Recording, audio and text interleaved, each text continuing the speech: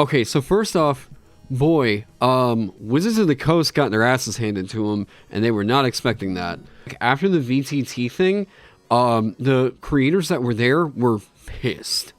It was really clear that Wizards of the Coast was wanting to use the VTT thing as a means of like kind of hyping up and talking about that project, but like nobody gave a shit because every single time that Wizards of the Coast was answering a question about the VTT, that people pushed back, and they were like, okay, but like you won't tell us about this, right?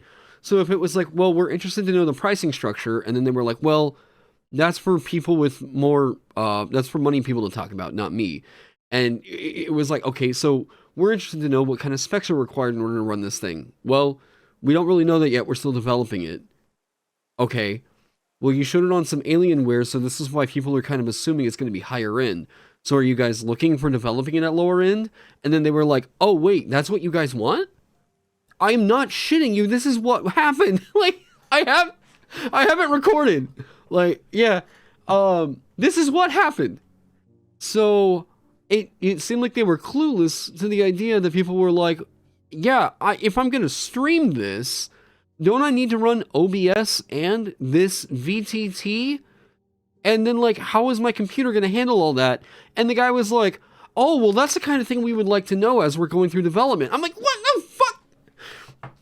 What? Yeah, don't you even have phones? Oh my god. So basically, this is like, after I got done here, that was kind of wrapping that up, right? So then immediately after that,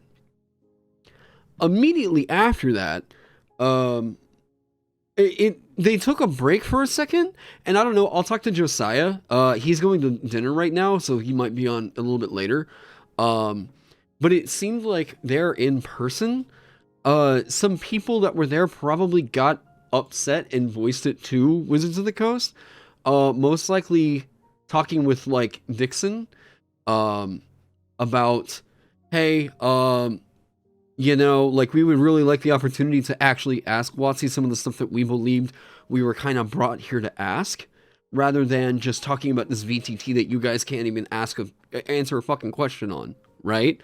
So like, after the break, they come back, and this opens up with Critical Bard,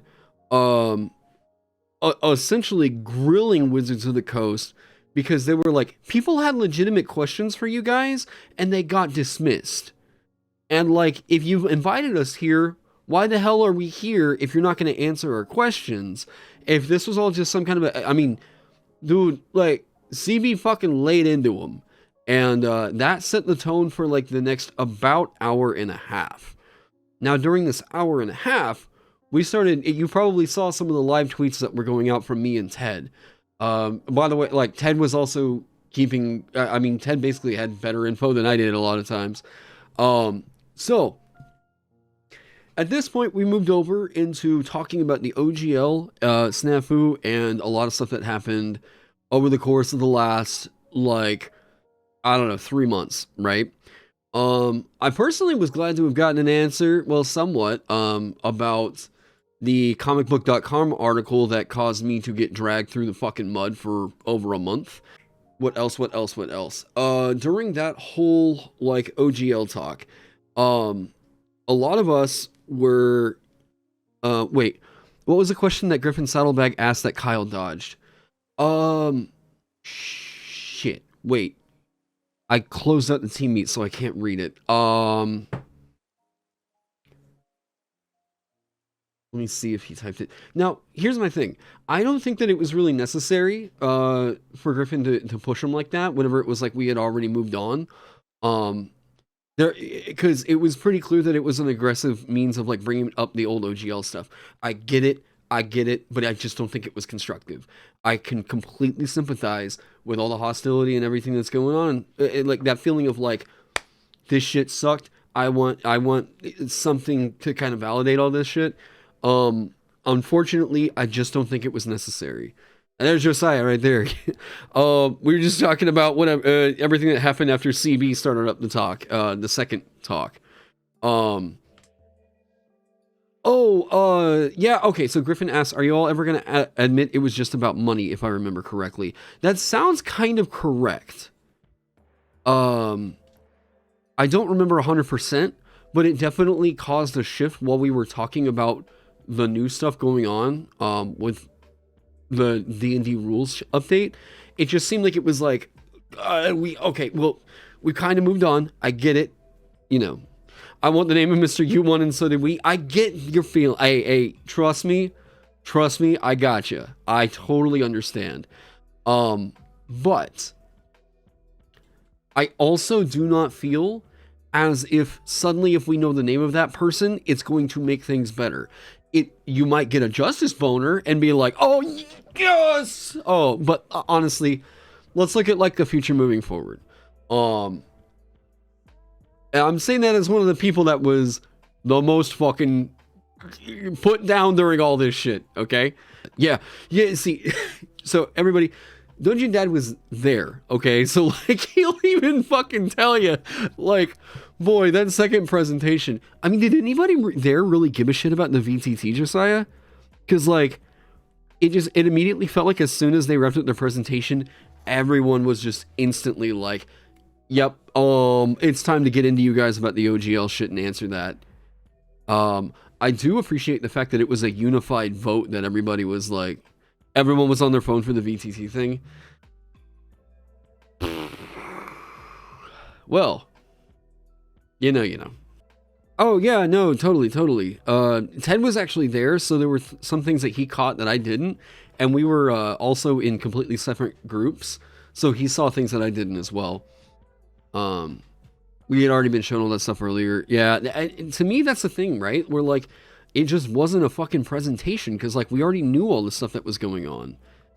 Yeah, and the fact that they kept dodging, right? The fact that they kept on, like, every time that we were like, hey, so can you tell us the technical specs of this? I heard your question. And then they fucking dodged you, and then we asked it again, and then they dodged it again, and then people were like, oh, well, fuck off. If you guys aren't going to answer us, like, we're going to talk about what we want to talk about. How about that their OGL controversy? And then, like, it just evolved into a million different things. Oh, no, I mean, Dixon was awesome. I'm looking very much forward to talking with Dixon more in the future. I would love to have a one-on-one with him because, I mean, Dixon seems like a great point of contact for influencers. Yeah, back and forth with me and Ted all day. Let me see here. Oh, they gave us an explanation. At least what they said happened with the Hannity stuff. And I thought this was interesting. A big change that's coming for the inclusivity thing. Apparently, the artwork did not originally get a cultural sensitivity pass, which is a new policy that happened after the Hannity situation. So that's a new thing. What I didn't see was the vibe during breaks. Okay, so are you in your are you able to like come in for like 5 minutes before you go eat? And then we might be able to get you on later on? Cause like, dude, yeah, it was just wild watching it. Yeah. Yeah, okay. Let me give you a call. Hell yeah, brother. Hello? Hey, what's going on, man? What's up? I apologize if the audio quality isn't immaculate. I'm literally on my phone in a hotel room. No, you're good. You want to take a second to introduce yourself to everybody? I guess, yeah. For those who don't know, hi, I'm Josiah. I go by Dungeon Dad on the internet. I have a YouTube channel about Dungeons and Dragons. That's literally the show. Like, that's what's up. But yeah, no, what I was just going to say is the one thing that you didn't see was, like, so whenever we would take breaks, like a 5-minute bio break or 10-minute break, like between segments, it was pretty normal. But after that first point where everyone started just roasting them, the vibe was fucked. Like, everybody was in the hallway like, what is happening? Like, this is a trade show, etc., etc. Like, it did not feel like, it felt a lot like mismatched expectations, right? Because what we had been kind of sold on was the idea that, you know, this was going to be a chance to ask some questions and have like a real conversation about everything that happened, but also like the path forward. Um, and then I think that the whole thing with that virtual tabletop presentation, that kind of just made it very obvious that that is not what was going to happen. Right. Because like there was that, and then you look at the itinerary, and it's like, well, there's this, and then we're talking about one D&D, and then the day is over. So like that was why things turned on them so quickly, because despite what a bunch of first name numbered accounts on Twitter would have you believe, most of the people who came here did not come here to make friends with Wizards of the Coast. Most people came to like hold them accountable and ask serious questions, right? Yeah. So I guarantee you a lot of those people that are calling everybody shills on Twitter would have chicken shitted out if they had to do something like what CB did. well, yeah, what CB did, and even Connie as well. Oh yeah, no, Connie. That was when things first shifted. When Connie was like, "All right, so I just want to say, like, this isn't a summit. This is an investors meeting. Like, what are we doing here?" Yeah. That was when everyone, I think, kind of that opened the floodgates for CB's comment, and then it kind of went from there. To their credit, like they let us vote on whether we wanted to continue that line of questioning or talk about one D&D. And like you said, I mean, you were there for that. The vote was unanimous. Everybody was like, fucking, before we can even begin to talk about one D&D stuff in any capacity where anyone's excited, like we need to hash some shit out really quick. But yeah, no, just to I guess what I was gonna say is the vibe like out in the hotel area when people were going out to like get water and use the washroom and stuff. Like everybody was just talking. People were very upset. Like it was very emotional. And was this so, after the was this after the you know what I mean by the second break, quote unquote? Yeah, well, so this was after Connie's comment, but this was before CB's comment when that was like literally something happened. Like Connie's comment happened. There was a little bit when we went on a break, and then like after kind of everybody convened, we went back in, and that was when CB was like, "All right, here's what's about to happen." And then it kind of went from there, because I think everybody was just kind of generally disappointed. But then when we all had a second to like convene with each other and be like, okay, so we all agree that the vibes are fucked. This is not what we wanted to have happen. Everyone kind of went back in with that united purpose of like, no, we need to kind of actually have some kind of conversation that matters, you know? Yeah, no shit. What did Connie, Haggard Clint was asking, what did Connie say?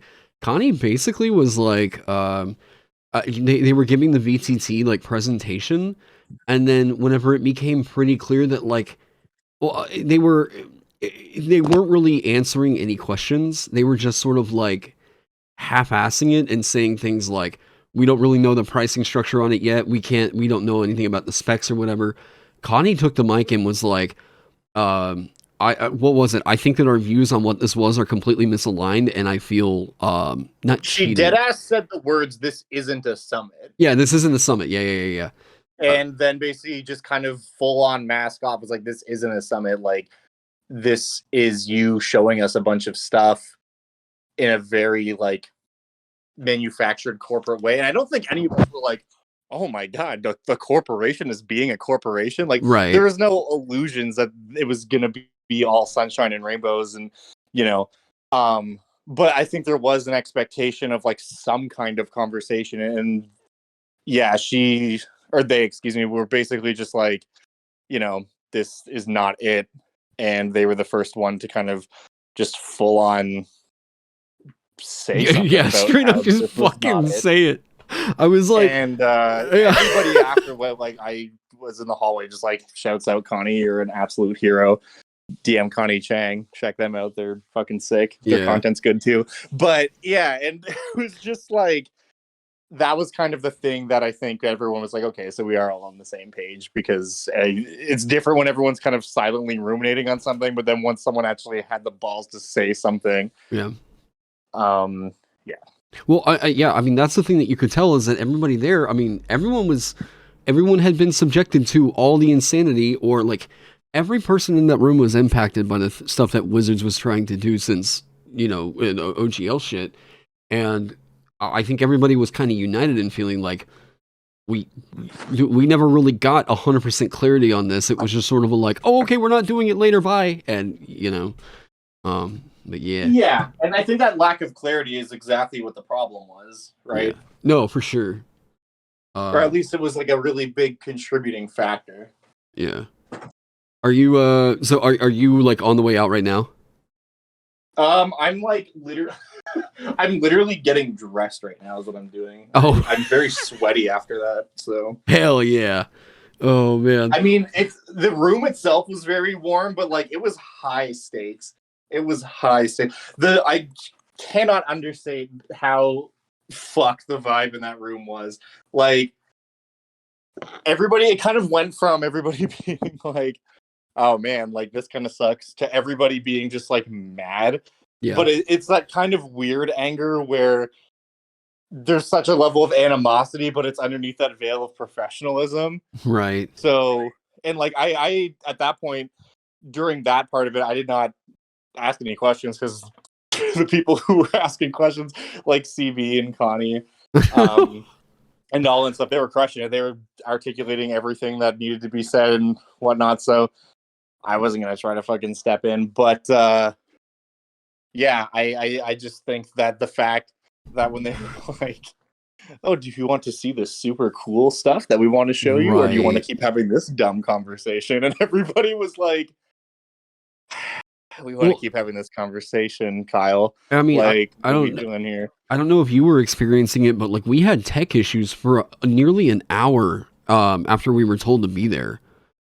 Like the tech issues are wild because we were on the other end, basically just like with our thumb in our nose, just hanging out, and it was like I wasn't uncomfortable. Like I was sitting in a chair just talking to some people, but it was kind of wild how fucked up everything was. And I mean, to be fair, like I'm not mad at them for that. It's frustrating, but like that kind of shit happens. Yeah. And I don't know. I think the biggest thing for me, and like what my personal opinion on a lot of this is, my takeaway is it's frustrating that everything was so miscommunicated, and that like we really, I feel like there was a misrepresentation of expectation versus reality, right? Like of what we all kind of walked into this thinking it was going to be and what it actually ended up being. That's the biggest thing that frustrates me. But to their credit, at least they allowed us to just fully shift into open Q&A mode for like an hour. Yeah. Which I will say they did not have to do. People probably would have been more mad. And I think it was the correct thing for them to do, but they certainly didn't have to. Also, I will say, and this isn't really anything to do with like the exec team or anything, but out in the hallway during one of the points, I and a bunch of other people were talking to a few of the folks that are on like the outreach team. Mm-hmm. And they were like talking to us like, what do you guys like actually want? So I can write this down. Like, what do we do in the future to avoid this situation? And how can we best make sure that people are actually heard and stuff? And they were like taking notes and writing down feedback in real time from us directly, which hopefully the next time they do one of these things, because it's been very clear that this is probably not a one-time deal. Yeah, I mean, they said so much at the end. Yeah, so hopefully next time there's a little bit more consideration placed on what that actually looks like. So, I mean, I guess I'll put it to you this way. As crazy as that all was, the silver lining here is that at least there has been some direct feedback given, and it will hopefully result in some changes in the future. Yeah. And, I mean, I don't know. They opened up the floor and they heard what some people had to say, so it's not a mystery. There's no questions about how the community feels, right? So yeah. Well, shit, man. Well, I'll let you get back to dinner and doing all the things you're doing. But yeah, if you feel like popping in later on and I'm still around, let me know. Sure, I'll shoot you a message when I'm back at the room. I truly have no idea what's about to happen, but I'm assuming I'll be back here at some point. So, anyways, well, I'll see you later, dude. Have a good rest of your night. Yeah, man. You want to shout anything out while you're here? There's over 100 people in chat, so. Nothing in particular. Subscribe to Indestructoboy. Yeah, no, I truly have nothing to shout out. I guess you can check out my channel if you want. It's Dungeon Dad. That's what it is. And if you don't want to, then like fuck you anyways. All right. I will talk to you later, dude. Have a good one. All right, man. Later, Josiah. See you, dude. Bye.